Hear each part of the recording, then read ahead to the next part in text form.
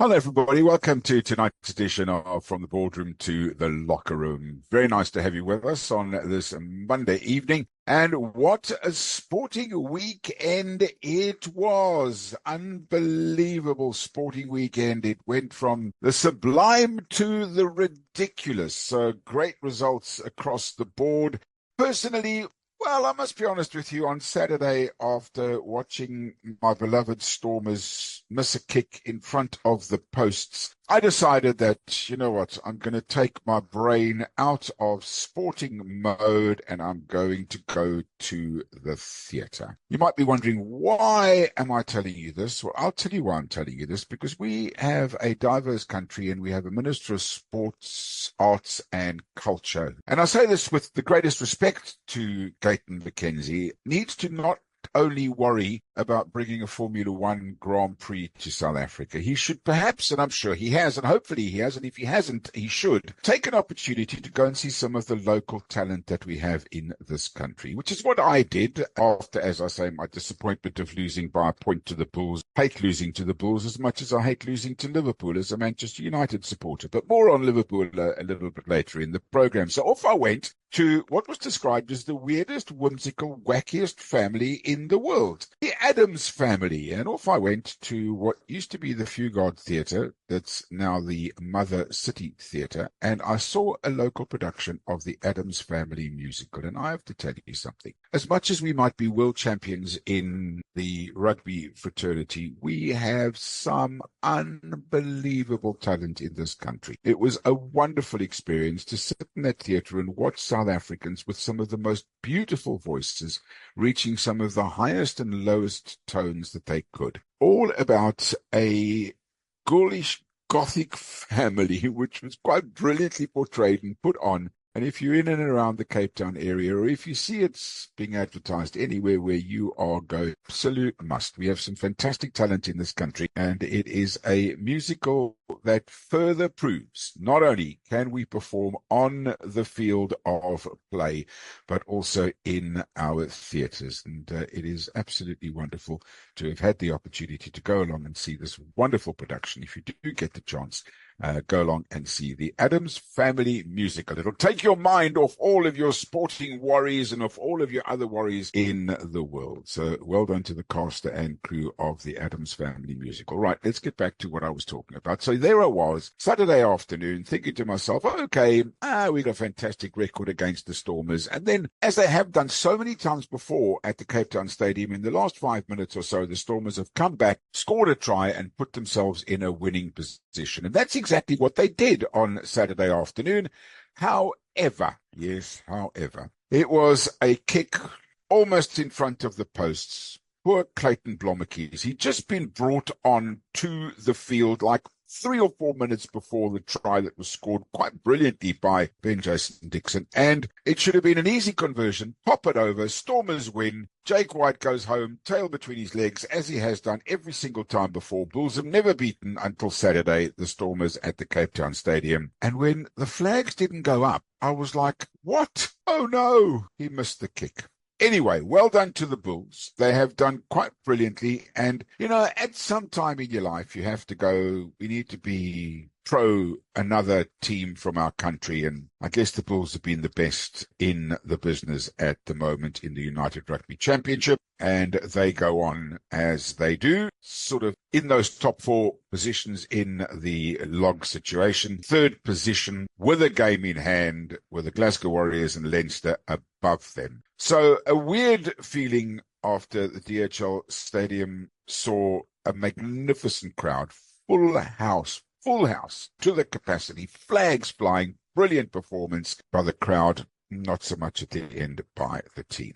So a victory for the Bulls. Congratulations to the Bulls. And the talking point, definitely that missed kick in front of the posts. But as John Dobson said after the game, and has reiterated over the weekend, you cannot lay the blame on the boot of Clayton Blommetjies. There were opportunities earlier in the game, a couple of missed kicks from both sides, I might add, that could have changed the entire complexion of the game. So the results from the weekend in the United Rugby Championship, just a single game, and that was the 33-32 win by the Bulls over the Stormers. Great entertainment, great game of rugby, just not the right result if you're a Stormers fan. On the other hand, there was action on the rugby fields of the Six Nations in and around Europe, and it was Scotland against Ireland yesterday. Good result for Ireland, once again proving that bar the Springboks, they are the second best team in the world,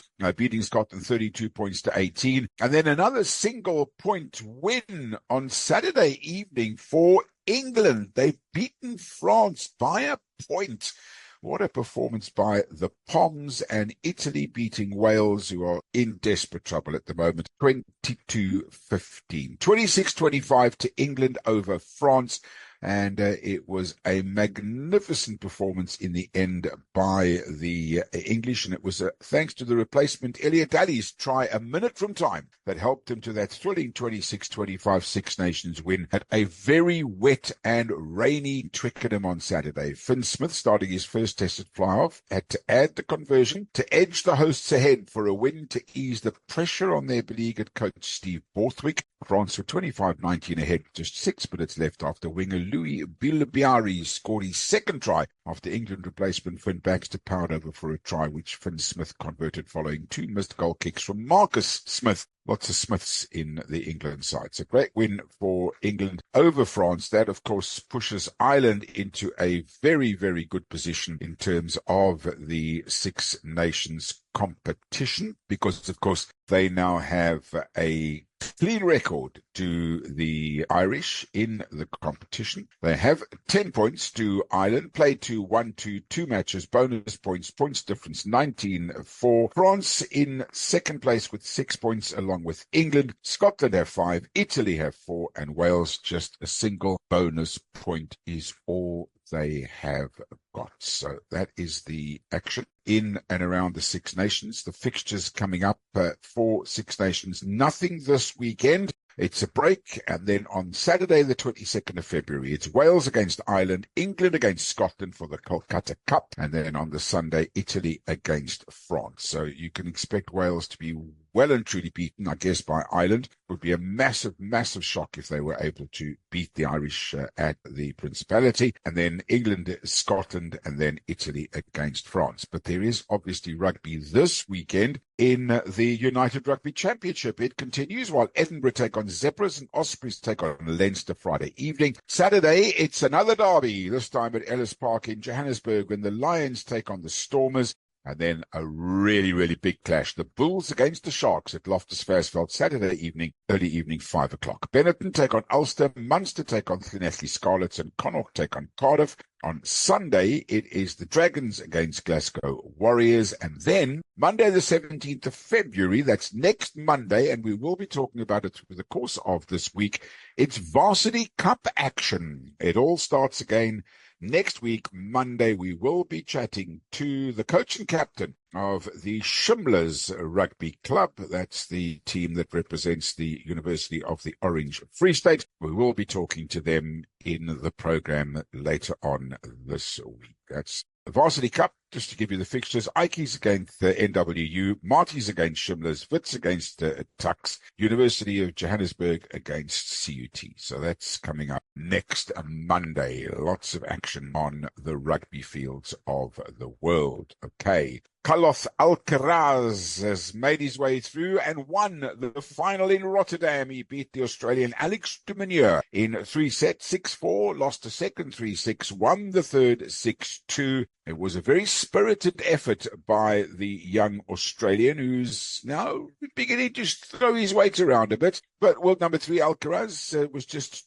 too good for his opponents, and he did his absolute best. It was a great feeling, he said. Alcaraz came into the tournament cold. Every day he feels better and better. When he meant he came in cold, not because of the weather, although it is freezing cold there. He, of course, has not played much tennis since Australia. Seized the initiative, breaking de Minaur's serve in the third game, winning the first set, losing the second, and then just completely dominating in the third set to go away winning 6-2 and taking home the Rotterdam trophy. Well done to Karpas Alcaraz. I think we're going to see lots and lots of Karpas Alcaraz, Yannick Sinner and the like over the next couple of going forward throughout the tournament. So great action, lots of fantastic results over the weekend. And just another story, Belinda Bencic secured her first title since returning from maternity leave. She came from behind to beat Ashton Kruger at the Abu Dhabi Open at the weekend. 4-6, 6-1, 6-1. Good result for her, and it was absolutely wonderful at the end of the game to see her holding a beautiful little baby, and that is just so fantastic. The 20-year-old American, unfortunately, just couldn't get her game going, and that's Kruger, obviously, and she ended up losing. Other good news, Aryna Sabalenka says she's put her Australian Open final defeat to Madison Keys behind her. She's now shifted her focus to the ongoing Middle East swing. She was gunning for a third consecutive title in Melbourne, stumbled at the last hurdle. She said it was the toughest one to grasp. She's looking back, thinking about the two games that she lost in the final set. She didn't do anything wrong. She just played out of her mind, did her opponent. It is Sabalenka back to compete on the Qatar Open, which started yesterday for the first time since 2022. The tournament is in Doha, the first WTA 1000 event of the season. After Qatar, the tour's top players move on to the WTA 1000 in Dubai. Now, these 1000 tournaments are the real biggies. Let's move our attention now to the weekend golf action, and Thomas Detry has taken out the WM Phoenix Open in Phoenix, Arizona by 7 strokes. He shot a 6 under par for a final score of 24 under par, well ahead of anybody else. He shot 66, 64, 65, and 65 for a total of 260. His next best was Daniel Berger at 17 under par, so 7-stroke victory for him. Michael Kim also there on 7 under par. And then at the Royal Cape Golf Club at the weekend in Cape Town, the Chelsea Cape Town Open in association with Honor, Jamie Rutherford of the United Kingdom, 14 under par. Yesterday's conditions were hectic. The wind was howling, and he played some superb golf to end at 14 under par. Keenan Davidson shot a magnificent final round, 5 under 67. To put himself in contention. He came home in second place. A leading South African, Keenan Davidson, a local lad, and Matt Ostrin came in third place at 11 under par. And then the Commercial Bank Qatar Masters was won by a stroke by Haitong Lee. He beat Rasmus Neergaard Peterson and Brandon Robinson Thompson. All of these hyphenated names. So well done there. 272 winning by a stroke at 16 under par. Now, the schedule moving on for the weekend is Van Courts, the Mont in George. That's just up the garden route here in the beautiful Western Cape. It's the Data Pro-Am, NTT Data Pro-Am. On the US PGA Tour, it's Torrey Pines Golf Club for the Genesis Invitational. So lovely stuff as far as those two tournaments are concerned. And of course, there was also action on the Live Golf Tour. Night action it was, with floodlights and whatever. And Adrian Maronk came home as victor at 17 under par. John Rahm was second, and Dean Burmeister of South Africa tied for fourth. Sebastian Munoz and John Rahm coming home in second place. That, of course, was on the Live Golf Tour. As far as the Live Golf Tour schedule is concerned, Riyadh was the venue for the last tournament that was over the weekend. Now they wait until the 7th of March at the Hong Kong Club at Fanling in Hong Kong for the next event of the Live Golf schedule. Hello, I'm Louis Karpas. Join me on the next edition of From the Boardroom to the Locker Room when we chat to Andre Trudeau, the coach of the Shimla's rugby team, as the Varsity Cup competition gets underway next Monday. That's From the Boardroom to the Locker Room, the coach and captain of the Shimla's rugby team, 6 to 6:30 Central African Time. Join me then. Right, we need to talk now about, it was a weekend where we all woke up early. I'm sure you might have done so as well. And you thought, okay, 5 o'clock, maybe 6 o'clock, maybe 7 o'clock, well, closer to 8 o'clock. Anyway, Eventually it happened, and Dricus du Plessis was in absolute fantastic form in what, I will be honest with you, was a pretty boring fight. He retained his middleweight crown in what turned out to be a real bloody mess after round 4 and 5. The UFC 312 or 312 main event at the Kudos Bank Arena in Sydney pushes his record up to 23 wins, 2 losses, and he outworked Sean Strickland over 25 minutes to earn a unanimous decision from all 3 judges. The volume of strikes by the South African was quite incredible, and then in the 4th round, he caught Strickland with an absolute smacking punch to his nose, completely rearranged his face, broke his nose, and the blood was just pouring out of Sean Strickland's nose, mouth. He was in desperate trouble, absolutely desperate trouble. So, also known as DDP, South African professional mixed martial artist, and he has pushed his record on, and he did exceptionally well. And also, not only did he do really well, he silenced an Australian crowd that were pretty partisan to the rest of the South African contingent there, but he successfully defended his UFC World Middleweight title. Are we going to see still nog so weet nie wat ons weet nie playing or fighting, if you like, in South Africa? Well, only time will tell. So well done to him. Right, let's also move our attention now to indoor hockey, because the South African hockey team made history. The South African indoor men's hockey team, they secured their first medal in the history of indoor hockey for South Africa's Proteas. They beat Belgium 6-5 in the bronze medal match of the FIH Indoor Hockey World Cup. South Africa had a chance early, but Kasim and his team played exceptionally well, and it's the first time in history South Africa are medalists at an FIH World Cup. Congratulations to them.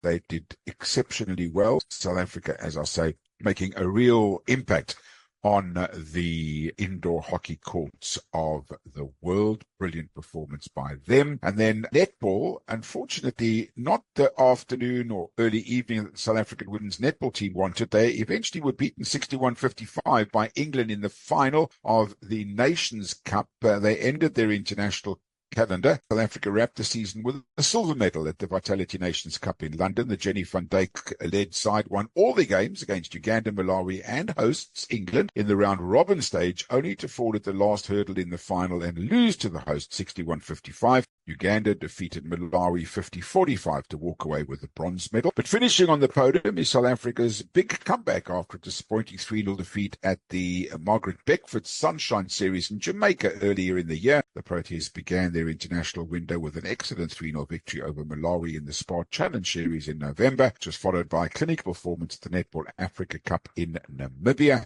And the coaching pair of Van Dijk and her assistant Zanele Ndordana made a clean sweep to win the continental title again after missing out on the competition in 2023's edition to focus on the Netball World Cup. Proteas also saw 2 players earning their first senior cap, Sunmarie Visser and Sintiche Kabuya. Visser replaced veteran goal defender and vice-captain Carla Pretorius for the overseas tours and fitted in the defence very well, while Kabuya, who replaced an injured Nicholas Smith, is still finding her feet in the team. But well done, ladies, coming home with a silver medal against the beaten finalists at the World Cup last year. Very, very good performance indeed.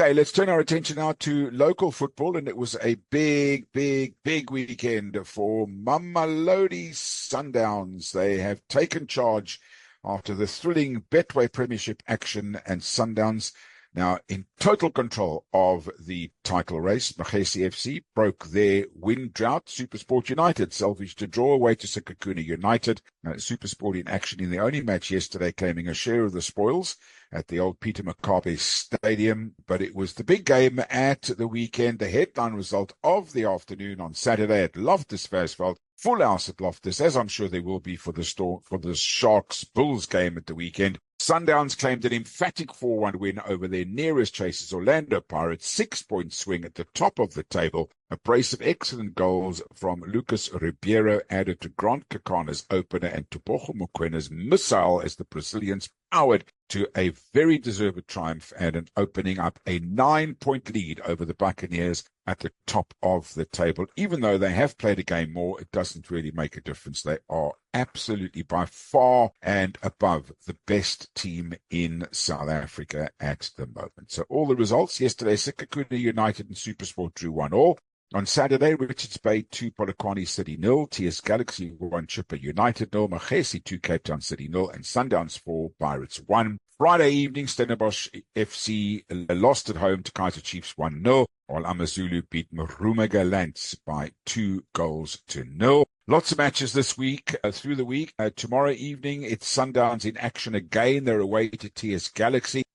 That's, of course, Tuesday. That's tomorrow night. Then no more matches until Tuesday, the 18th of February in the Betway Premier League. So that is the Betway Premier League here in South Africa. It was also a weekend of fantastic footballing action in the FA Cup competition. Yes, Liverpool fans. All I can say is now you know what it feels like on a Monday morning to be a Manchester United fan. The top of the table, Liverpool, top of the European UEFA Champions League, and arguably, and I'm not going to argue with anybody about this, the best team in Europe at the moment. And they came unstuck against the worst team in the Championship. Top of the Premier League, bottom of the Championship, and humbled were Liverpool by Plymouth Argyle, and they are out of this year's FA Cup. They suffered a stunning exit as Championship strugglers. Plymouth ended their quadruple bid, that's Liverpool's, of course, to try and win all 4 trophies. Aston Villa inflicted another damaging 2-1 defeat on Tottenham boss Ange Postecoglou. But Arno Slot's decision to field a weakened Liverpool team came back to haunt him, with Ryan Hardy's second-half penalty seeing Plymouth's epic upset at their home venue, which quite ironically is called Home Park. No Virgil van Dijk, Mohamed Salah, Andrew Robertson or Cody Gakpo. They all were rested. 10 changes made from the team that beat Spurs 4-0 in the League Cup, and in a remarkably successful first season in charge of the Reds, a rare blunder by the former Feyenoord boss. It was only the 4th time that a team from the Premier League had been eliminated from the FA Cup by a lower division club this season, and masterminding a famous victory over Liverpool while fighting to haul Plymouth off the bottom of the Championship was no hardship for Argyle manager Miran Mustic, who was a refugee from war-torn Bosnia as a child. Hired by Plymouth to replace the sacked Wayne Rooney in January, he was forced to move to Austria aged 9 after escaping his hometown after it fell under siege by Serbian forces in 1992. Plymouth had already beaten Premier League side Brentford in the 3rd round. Their victory against West Brom last weekend was their first in the league since November. He said he's speechless. And normally they tell him he's eloquent. It's a big day for us, he said. It's a magical day. He told the lads in the locker room to enjoy it. In the circumstances, Plymouth's superb performance will rank as one of the FA Cup's greatest giant killing acts. Slot wore an exasperated expression and summoned up Liverpool's lethargy. Even before Darko Giabi's overhead kick was blocked by Harvey Elliott's arm raised in the 54th minute, but credit's got to go to the Plymouth Argyle goalkeeper, who made a couple of unbelievable saves towards the end of the game, and there was like 9 minutes of referee's optional time. Absolutely incredible saves he made and an incredible performance. So out go Liverpool. Through on Friday evening went Manchester United. Thank goodness, and I say this tongue-in-cheek, thank goodness there was no VAR, because the goal would have been cancelled out. That was scored in the dying moments of the game to give Manchester United a 2-1 win over Leicester City. All that it really would have done was, if the goal was ruled out, it would have put them into extra time. And I guess United might have been, but we don't know, stronger than Leicester City in extra time. And I guess Ruud van Nistelrooy is cursing the fact that his team lost the way they did. Harry Maguire heading one in off pretty much the last or second last heading kick of the header of the game at right in the dying seconds of the match. United winning by 2-1. The other matches at the weekend, Leeds United lost at home to Millwall 2-0. Leyton Orient are also out. Manchester City came from behind to beat them. Looked like there was going to be an even bigger shock on the cards with Leyton Orient, but Man City eventually coming out victors. Coventry City lost to Ipswich Town by 4-1. Everton are out of the competition. They play Liverpool in midweek in the league derby, the last one at Goodison Park. Bournemouth beat them. Stoke and Cardiff drew 3-0. Cardiff won 4-2 on penalties. Preston Wickham drew 0-0 after extra time and penalty shootout 4-2 for Preston. Southampton 0, Burnley 1, Wigan 1, Fulham 2, Birmingham 2, Newcastle 3, and Brighton 2, Chelsea 1. So a very fine performance around the competition, mainly by Plymouth Argyle knocking Liverpool out of the competition. Tonight, Doncaster Rovers play Crystal Palace,